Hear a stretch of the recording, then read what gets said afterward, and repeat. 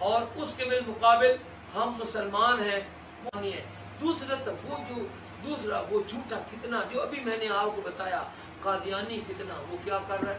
ابھی آپ کو میں نے فائنینشل ان کا پروگرام بتایا، 750 ارب روپیہ سالانہ وہ اس تبلیغ کے اوپر خرچ کرتے ہیں. مرزا طاہر جو ان کا چوتھا خلیفہ تھا، اس نے مرنے سے پہلے ایک سپیچ کی وہاں انگلینڈ میں. اس نے کہا کہ دیکھو حضرت مریم کی جو والدہ تھی انہوں نے ایک نظر مانی تھی، ربی انی نظرت لک ما فی بطنی محررا، کہ اے اللہ میرے پیٹ کا جو بچہ ہے میں اس کو تیرے گھر بیت المقدس کے لیے وقف کرتی ہوں. تو اس مرزا طاہر نے کہا کہ آج قادیانی مذہب کو بچانے کے لیے تم جو عورتیں بیٹھی ہو تمہارے بھی پیٹوں کے بچوں کی ضرورت ہے. اس نے کہا مجھے 10,000 عورتیں چاہیے جو یہ اعلان کریں. اس کی 10,000 کے مقابلے میں 17,000 عورتوں نے اعلان کیا کہ ہمارا جو بچہ پیدا ہوگا ہم اس کو قادیانی نبوت کے بچانے کے لیے وقف کر دیں گے.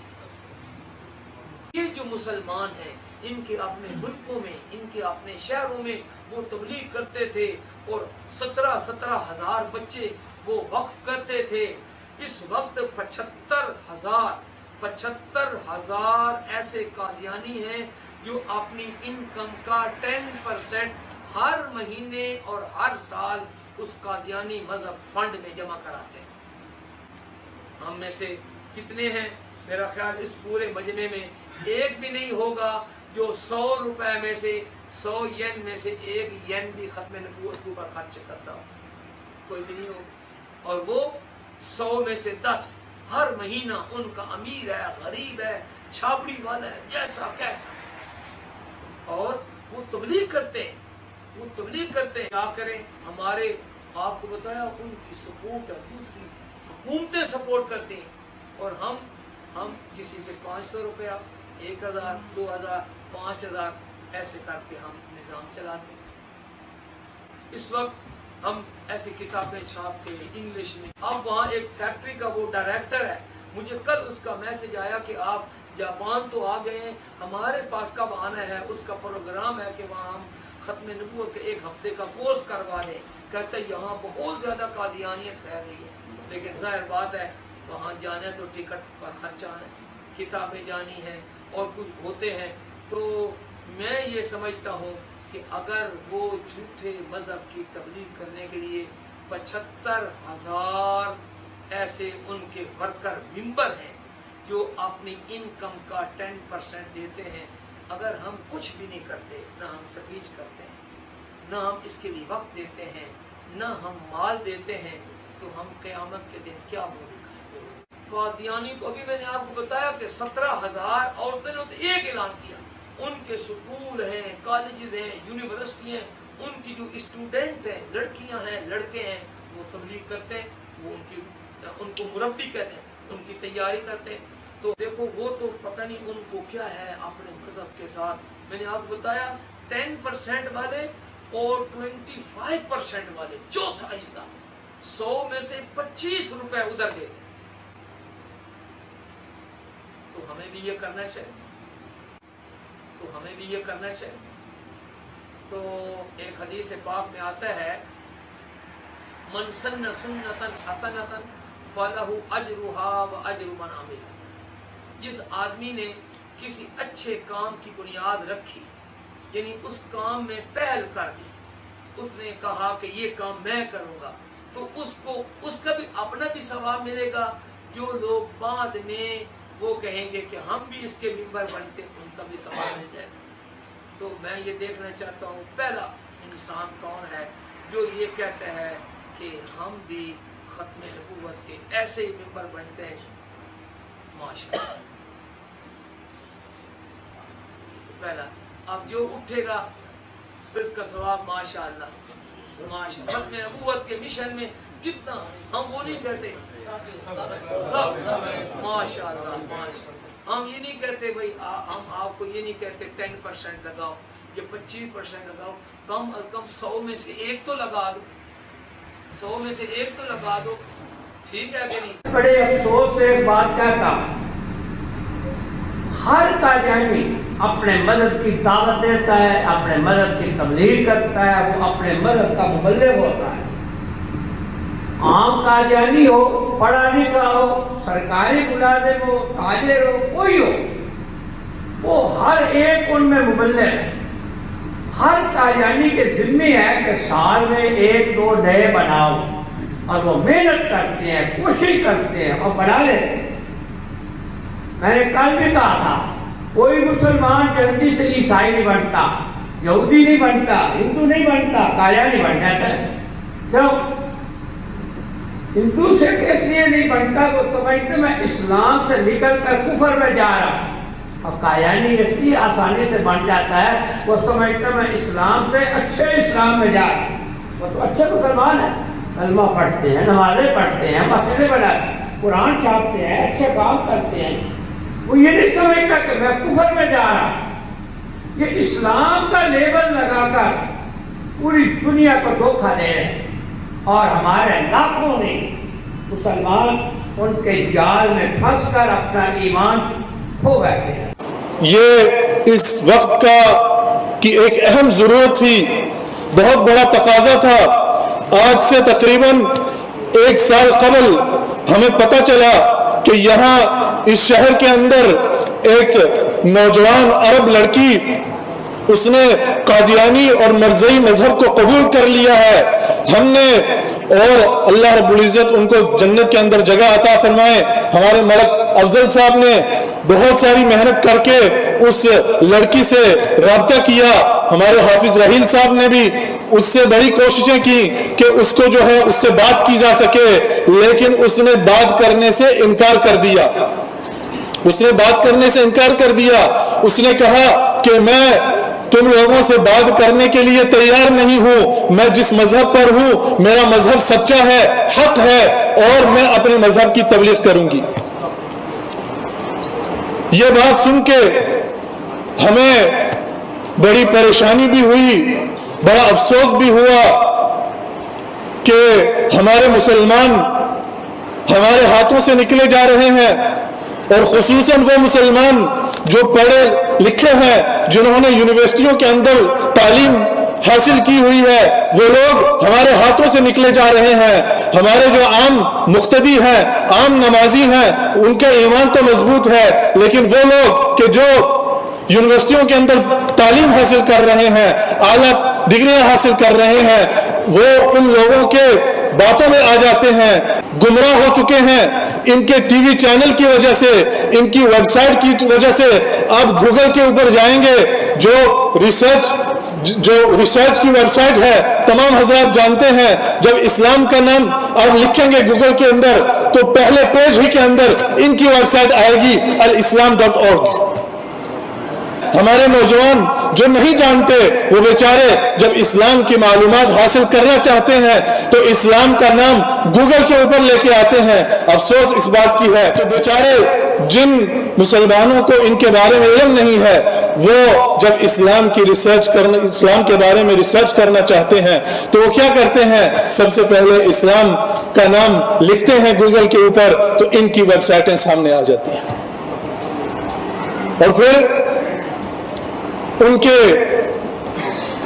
گمراہ عقیدوں کو یہ پڑھتے ہیں، ان کو سمجھتے ہیں، اور اسی کو حق سمجھ کر اس کو جو ہے وہ فالو کرنا شروع کر دیتے ہیں.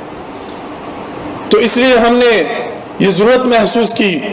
اور دوسرا جو سیٹلائٹ ٹی وی چینل ہے، ان کا MTA، ہمارے بہت سارے یہاں کے عرب نوجوان، چونکہ میرا بچپن یہاں پر گزرا، یہاں پر میں نے دنیاوی تعلیم حاصل کی، ہمارے بہت سارے عرب دوست ہیں، ان کے ساتھ جب ہمارا اٹھنا بیٹھنا ہوتا ہے تو بعض نادان ایسے ہم سے سوال کرتے ہیں کہ آپ پاکستانیوں کا بڑا عمدہ ایک چینل ہے MTA، مسلم ٹی وی احمدیہ کے نام پر، آپ لوگ ہر زبان کے اندر جو ہے اپنی دعوت و تبلیغ کر رہے ہیں، اور وہ سمجھتے ہیں کہ شاید یہ تبلیغی جماعت والے ہیں.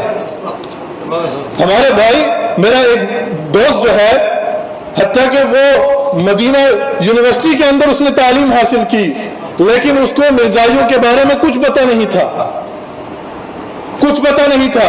اور اگر آپ ٹی وی کے چینلوں کے اندر جائیں گے تو 2 چینل آپ کو ایسے ملیں گے کہ جس کے اندر اب جب چاہیں اس کی زبان بدل لیں.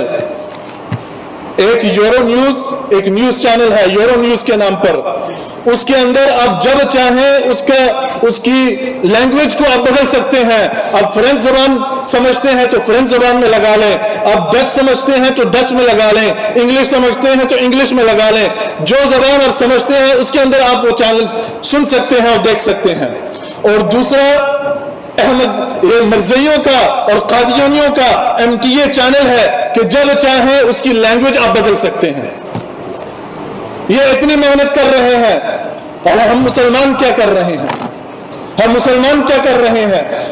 کچھ دن پہلے ہمارا اسی کانفرنس کے حوالے سے ہمارا لیج کے علاقے کے اندر جانا ہوا، ویرویے کے علاقے کے اندر جانا ہوا.